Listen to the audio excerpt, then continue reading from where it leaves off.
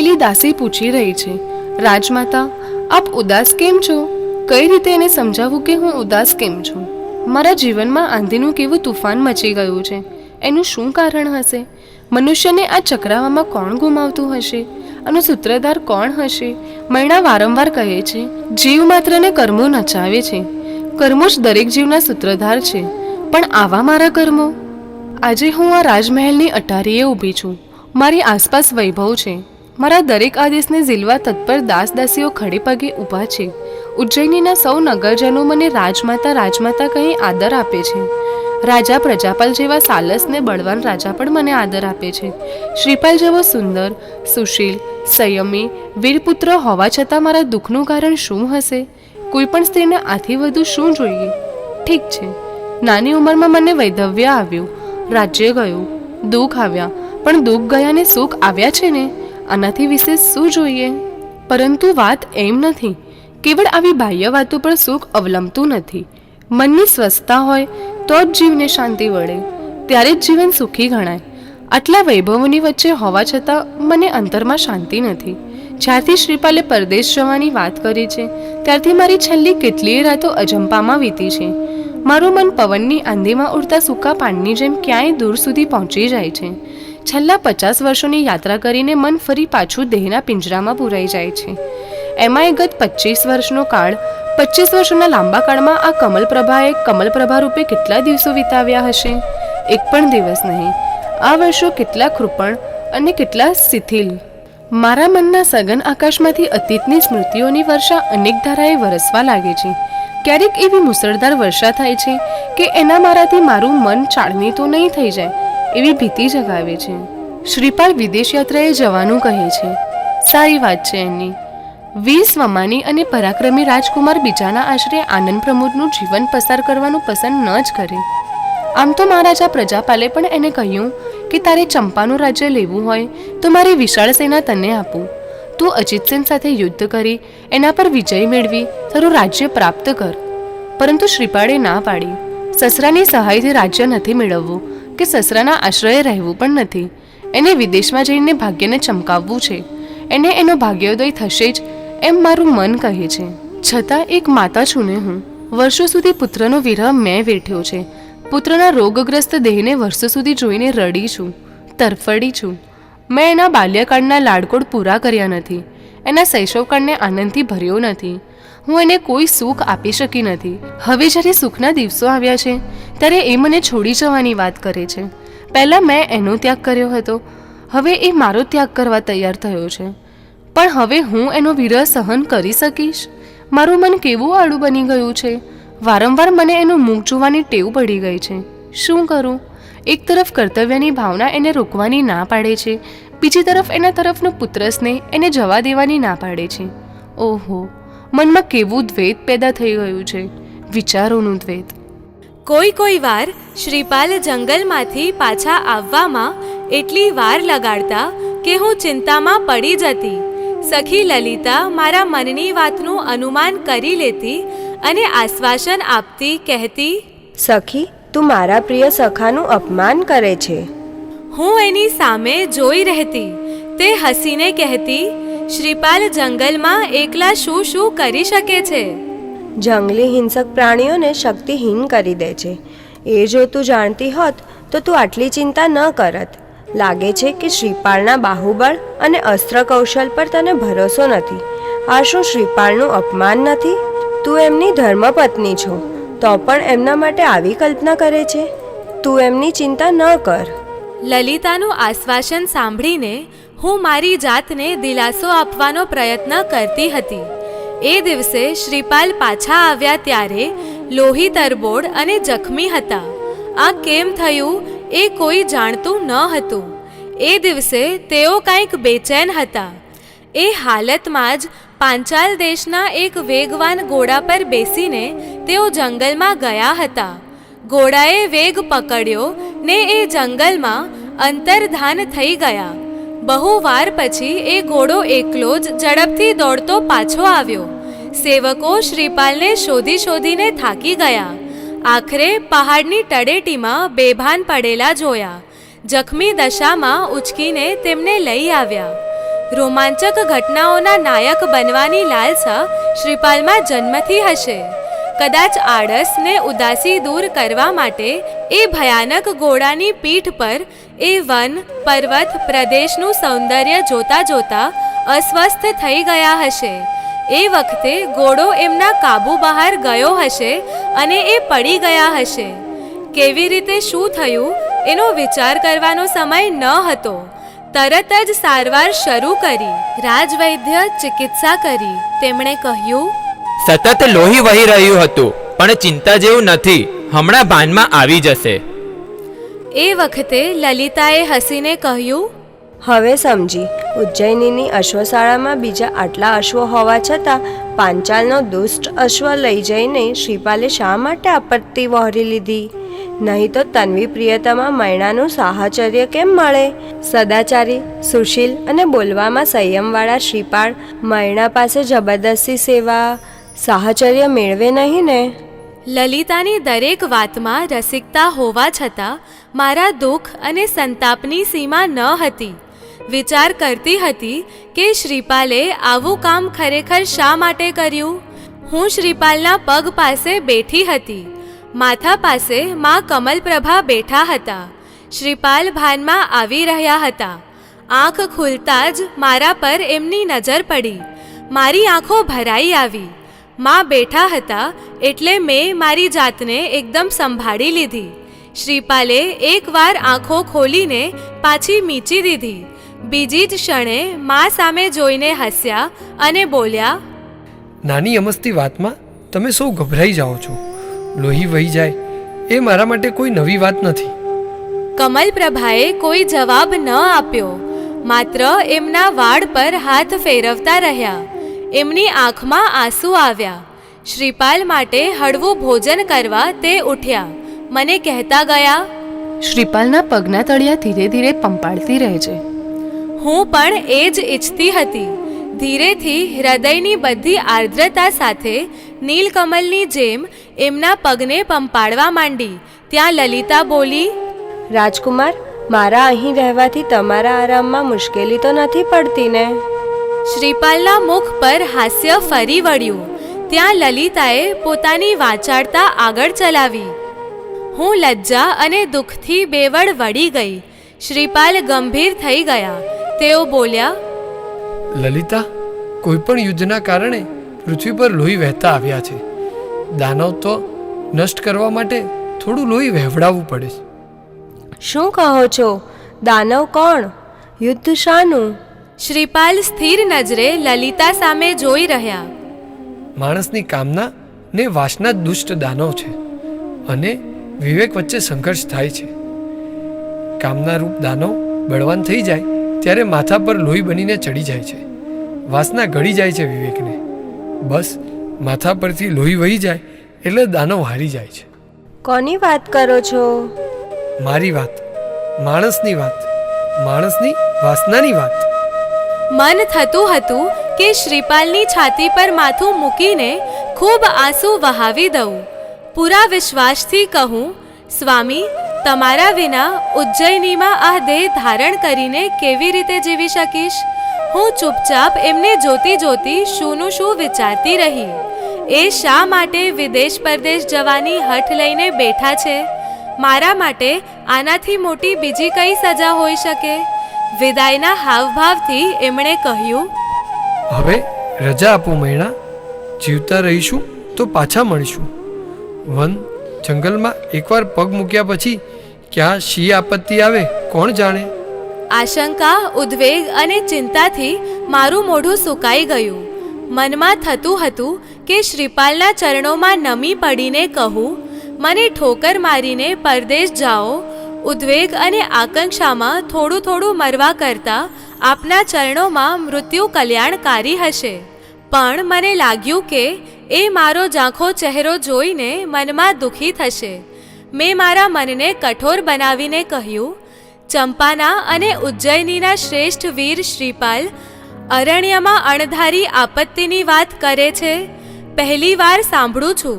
મને તો વિશ્વાસ છે કે વીર શ્રેષ્ઠ શ્રીપાલ કોઈ પણ આપત્તિમાંથી મુક્ત થવા સમર્થ છે. પૃથ્વીની કોઈ શક્તિ એમને પરાજિત નહીં કરી શકે. શ્રી સિદ્ધચક્રજી આપને ક્ષેમકુશળ પાછા લાવશે. બસ શ્રી સિદ્ધચક્રજી આપની પાસે છે એટલું જ યાદ રાખજો. શ્રીપાલ કોમળ અવાજે બોલ્યા. મૈણા, તમે તમારું કર્તવ્ય પૂરું કર્યું છે. તમે માતાની સાથે રહેજો. તમને મારો અભાવ નહીં ખટકે. ગુરુદેવનું સાનિધ્ય છે. પરમાત્મા ઋષભદેવની છત્ર છાયા છે. દિવસો સુખચેનમાં પસાર થઈ જશે. હું પરદેશમાં ક્યાંય પણ રહું, શ્રી શિવચક્રજી તમારી પાસે રહેશે. તમને ચેન મળશે, મને પણ ચેન મળશે. હું ચૂપ, બીજું શું કહું? હું મૂંગી થઈ ગઈ. ઘણું બધું કહ્યા વગર રહી ગયું. શ્રીપાલે મારો હાથ પોતાના હાથમાં લઈને કહ્યું, તમે વિદુષી છો, વિદ્યાવતી છો. તમને હું શું ઉપદેશ આપું? તો પણ થોડી વાત કહું છું. ક્યારેક માં કઠોર થઈ જાય તો ગેરસમજ ના કરશો, એમના મનને આઘાત ન આપશો. એવી જ રીતે મહારાજાની પણ ઉપેક્ષા ન કરશો. તમારી માતા સર્વોપરી છે. એમના તરફના કર્તવ્યોમાં ઢીલાશ નહીં કરતા. મારા માટે તમે દુઃખ દર્દ સહ્યા છે, માન અપમાન સહ્યા છે, એ હું ક્યારેય નહીં ભૂલી શકું. રહી મારી વાત, મારા દુઃખનો હવે એક વિચાર પણ ન કરશો. એક રાજપુત્રે બચપણથી જ વનવાસ, આપત્તિ, ઉપવાસ, થોડું અન્ન, ગરીબી અને ભાગ્યની સંગ્રામ વચ્ચે કર્યો છે. કર્મોનો યોગ હશે તો આપણે ફરી મળીશું. હવે વિદાય આપો. શ્રીપાલનો એક એક અક્ષર સ્વીકારવા જેવો હતો. હું સાંભળતી જતી હતી, ધરાતી ન હતી. મેં કહ્યું, મારા નાથ, વહેલા પાછા આવજો. મને ભૂલી ન જશો. તમે પરાક્રમી ને પુણ્યશાળી છો. અનેક રાજકુમારીઓ તમારી અર્ધાંગના બનવા તલશ છે. છતાં આ દાસીને વિસરી ન જશો. આજથી રોજ એકાશનાનું વ્રત કરીશ. જમીન પર શયન કરીશ. સ્નાન અને શણગારનો ત્યાગ કરીશ. સચ્ચિત સજીવ વસ્તુઓનું ભક્ષણ નહીં કરું. શ્રી સિદ્ધચક્ર મહાયંત્રની પ્રતિદિન આરાધના કરીશ. તમારી માતા અને મારી માતા પણ સિદ્ધચક્રજીનું આરાધન કરશે. અમે રોજ તમારા કુશળની કામના કરતા રહીશું. આપનો માર્ગ કુશળ હો, નિર્વિઘ્ન હો. ત્યાં કમલપ્રભા આવ્યા. તેઓ ભાવાવેશમાં હતા. વત્સ, હું તારી સાથે પરદેશમાં આવીશ. ત્યાં હું તારી ખબર અંતર રાખીશ. તને વત્સ એક ઘડી પણ હવે મારાથી જુદો નહીં રહેવા દો. માં, પરદેશમાં તું કે મૈણા સાથે હો તો મારા માટે મોટું બંધન રહે. મને તમારી ચિંતા રહે. હું મારા ધાર્યા કાર્યો ન કરી શકું. માટે તમે સાસુ વહુ અહીં સાથે જ રહો. શ્રી શિવચક્રજીની આરાધના કરજો. પુત્ર, શ્રી શિવચક્રજીના અધિષ્ઠાયક દેવો અને દેવીઓ તારી રક્ષા કરો, તારા વિઘ્નો દૂર કરો. કમલપ્રભાએ શ્રીપાલના ભવ્ય લલાટે કેસરનું તિલક કર્યું, ગળામાં પુષ્પહાર પહેરાવ્યો ને કમરે તલવાર બાંધી. વિજય મુહૂર્તે તેઓ પ્રયાણ કરી ગયા. સમય વીતતો જાય છે, જો કે એ ક્યારેય પૂરો નથી થતો. શરીરને દુઃખ સહવાની આદત પડી જાય છે. પછી એ ગમે તેટલું અસહ્ય હોય તો પણ. સૂરજ ઉગે છે ને આથમે છે. દિવસ પર દિવસ વીતતા જાય છે. વિચારતી રહેતી શ્રીપાલ ક્યારે પાછા આવશે. માતા કમલપ્રભા સાથે હું રાજમહેલના જ ઉદ્યાનમાં એક કુટીરમાં રહેતી હતી. અમે બંને બ્રહ્મચારિણી હતી. માં અમારા બંને માટે ભોજન બનાવતી. અમે એકવાર જ ભોજન કરતા, એ પણ સાવ સામાન્ય.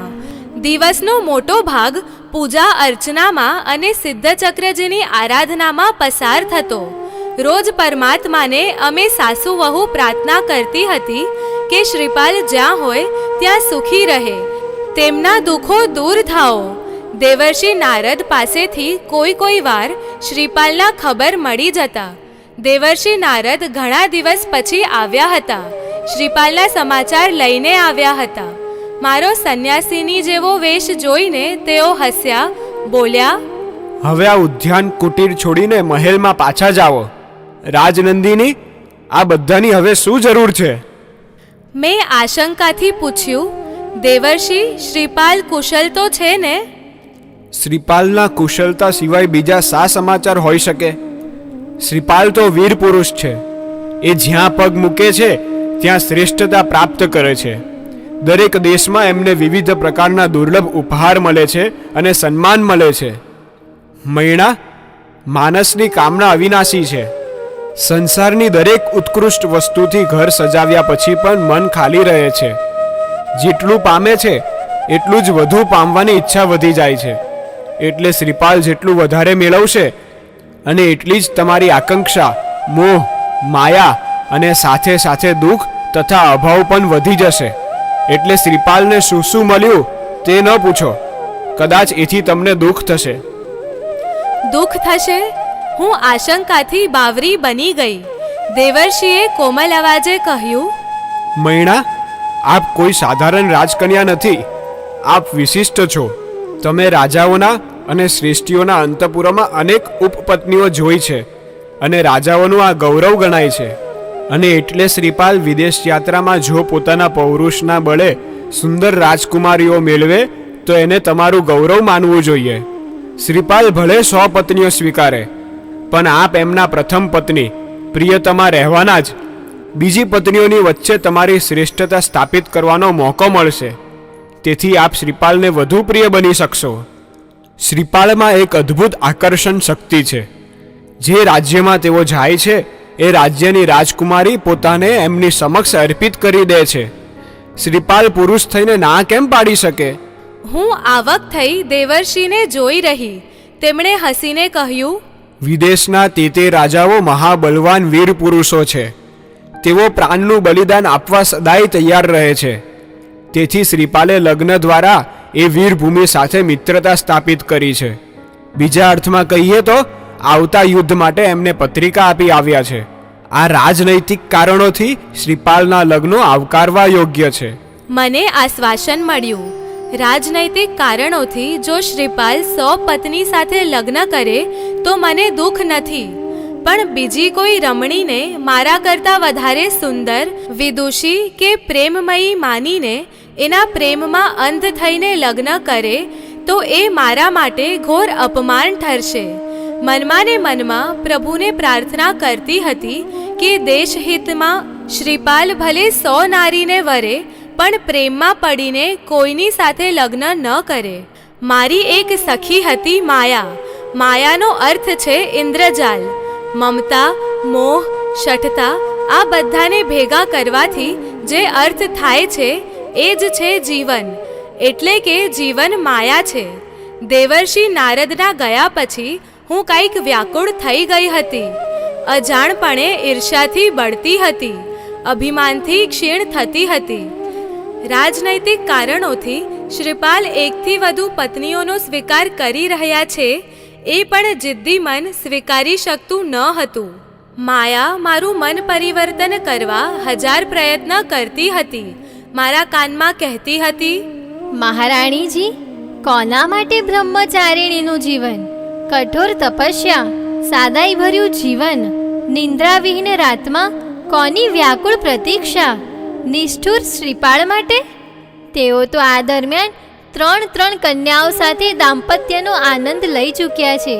આપને ભૂલી ગયા હશે.